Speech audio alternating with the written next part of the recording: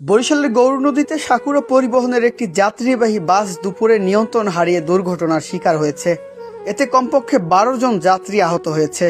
19 November রোজ মঙ্গলবার গৌরনদী বাস স্ট্যান্ডের দক্ষিণ পাশে দুপুর 2:40 সময় গৌরনদী উপজেলার দক্ষিণ বিজয়পুরে এই সড়ক দুর্ঘটনা ঘটে। প্রত্যক্ষদর্শীরা জানান, বাসটি বরিশাল থেকে ঢাকাগামী ছিল। হঠাৎ নিয়ন্ত্রণ হারালে বাসটি রাস্তার পাশে খাদে পড়ে যায়।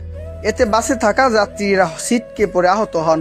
খবর পেয়ে গৌরনদী হাইওয়ে পুলিশ ও ফায়ার সার্ভিসের একটি দল দ্রুত ঘটনাস্থলে পৌঁছে আহতদের উদ্ধার করে উপজেলার স্বাস্থ্য কমপ্লেক্সে পাঠান।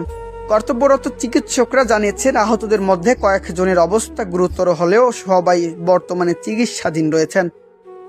সাকিবুল্লাহ বিলাল, ভোরের ঠিকানা, নিউজ ডেস্ক।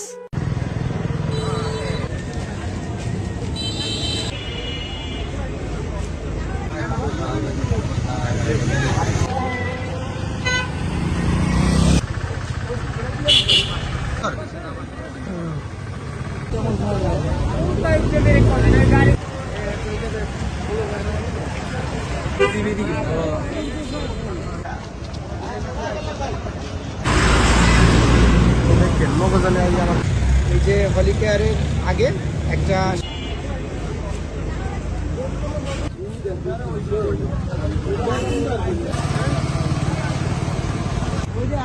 আগুন